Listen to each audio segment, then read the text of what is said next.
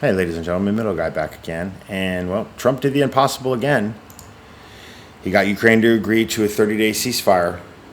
So now he's just got to get Russia to do it, which I don't think he's going to have a problem with, even if he has to threaten them with freezing bank accounts and more sanctions. It's going to get done.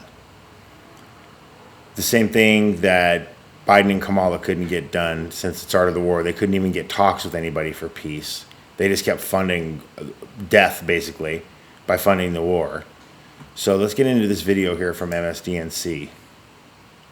Rubio, the Secretary of State, has just said that Ukraine has agreed to an immediate interim 30-day ceasefire. Let's play that. Today, we made an offer that the Ukrainians have accepted, which is to enter into a ceasefire and into immediate negotiations to end this conflict in a way that's enduring and sustainable and accounts for their interests, their security, their ability to prosper as a nation. I want to personally we both want to thank the Kingdom of Saudi Arabia, His Majesty, for hosting us, for making this possible. They've been instrumental in this process, and we're very grateful to them for hosting us here today. And hopefully we'll take this offer now to the Russians. And we hope that they'll say yes, to peace. The ball is now in their court. And the timing of this is... I like how they cut him off there. But I wonder what the Democrat response to this is going to be. If they're going to say, oh, Trump's not going to be able to get Russia to do it because he's a Russian agent and Russia owns him and blah, blah, blah, blah, blah, blah, blah. Or if they're actually going to give him props for being able to do this. It's very important, Vaughn. As you know, we've been reporting that this was the last day, Ukraine's biggest day of military attacks, 337 drone strikes against Moscow. And Moscow, for its part, launched a ballistic missile attack. So now it looks like we have a 30-day ceasefire. What more can you tell us? Of course, assuming Russia buys into it. But tell us what more we know. Right. This is a notable development. There are many parts of an ultimate peace agreement that have yet to be hashed out.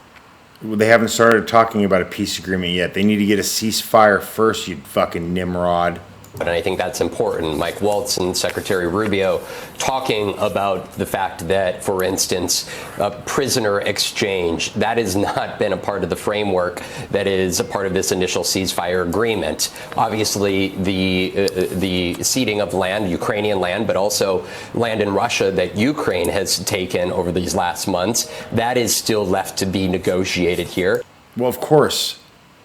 You have to have a ceasefire from both countries before you can start negotiating anything else, because no one's going to negotiate anything when people are dying.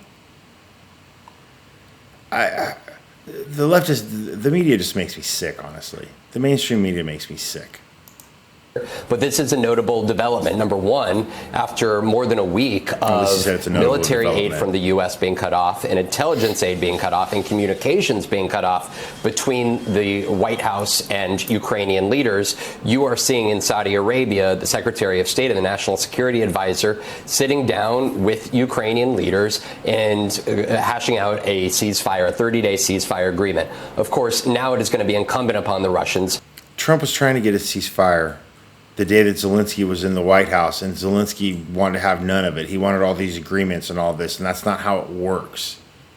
That's what he doesn't understand. That's why he shouldn't be the president, but that's Ukraine. I don't care. I don't live there. I could give a shit less who their president is. To agree to such a deal, we have heard time and again from Russia suggesting that they want peace as well. But what does peace look like in the eyes of the Russians is very different than it does in the eyes of the Ukrainians here. And we know that Steve Witkoff, the special envoy from the Trump administration. Both sides are going to have to give and take for there to be peace.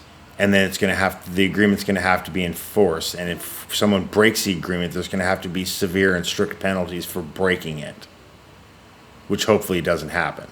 Who is at the heart of negotiations between Hamas and Israel, is going to be on his way to Russia. We do not know at this time exactly who he intends to meet with, but of course, coming out of this deal, you could expect him in his desire to meet with Vladimir Putin, who he met with about 2 weeks ago for several hours in a one-on-one meeting. Yeah, Biden. Why didn't Biden go meet with Putin? Why didn't Kamala go meet with Putin? Why didn't any of Biden's people go meet with Putin?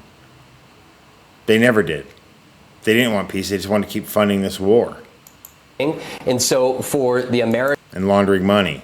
Americans here, they are presenting a ceasefire deal to bring to the Russians. And this actually goes back to a conversation that I had about 2 weeks ago with a senior official who was at the forefront of these negotiations between Russia and Ukraine, telling me that in his mind, he saw a potential peace agreement coming together in 30 to 60 days. And I think that that is where it's notable that they're seeking a 30-day ceasefire that would ideally give each of these sides the ability to negotiate an actual peace plan and actual measured idea of what an actual long-term agreement would look like, which clearly we are still far ways away from here, but a ceasefire would be notable coming after a series of missile attacks here over the course of the last 72 hours that have particularly targeted Ukraine's energy grid system here in the dead of winter. These are notable developments here coming out of Saudi Arabia, Chris.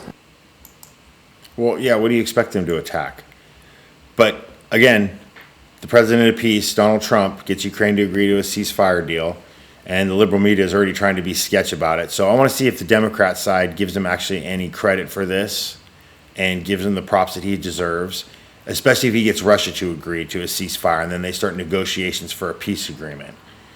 I mean, they'll still try to say he's a Russian agent or whatever, or this and that, or blah, blah, blah, blah, blah. But I really want to see what comes of this and how the Democrats react and if they're actually going to start giving him his credit where it's due. All right, everybody, thanks for watching. I appreciate it. Like, comment, subscribe. Give me a follow on X at MiddleGuy7, and I'll see everybody soon. Take care. Thank you.